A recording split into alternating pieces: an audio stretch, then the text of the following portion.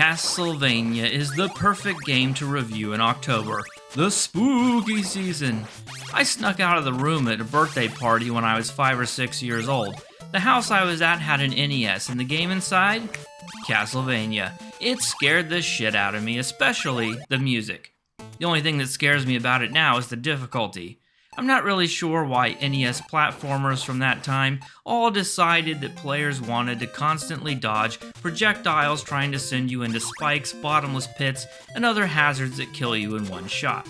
Don't get the wrong idea though, this game is still a classic for a reason.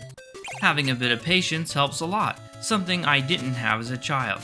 There are plenty of clever solutions to challenging encounters if you just learn the patterns and practice a little bit. Of course, your reflexes are still useful.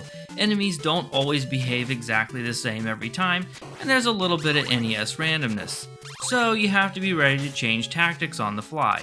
If that's all the game were, a puzzle-like action platformer with one of the best soundtracks of the era that also oozed horror movie atmosphere, then I don't think it would have the reputation it does for being so damn difficult. The single toughest enemy in the entire game, other than Dracula, are the stairs. For some reason that is unknown to God and man, they decided to program it so that you'll fall straight through the stairs if you aren't pressing diagonally when you go to step on them.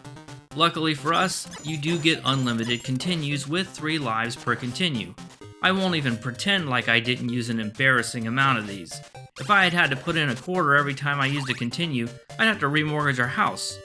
The game is short though, if you don't suck at it, with just 6 main levels divided into 18 smaller stages. The Dracula fight at the end is definitely the hardest enemy, so it's nice that your continues at this point all pick up right before you fight him, and you don't have to do the entire 6th level over again. The big man himself has 2 phases. The first phase is annoying, but not too bad once you get the hang of it. You just have to hit him in the head while either dodging or destroying his fireball attacks with your whip. He teleports around though, so his biggest threat is actually just reappearing on top of you for massive contact damage. Phase 2 reveals the notorious Cookie Monster, who jumps around and shoots fireballs at you.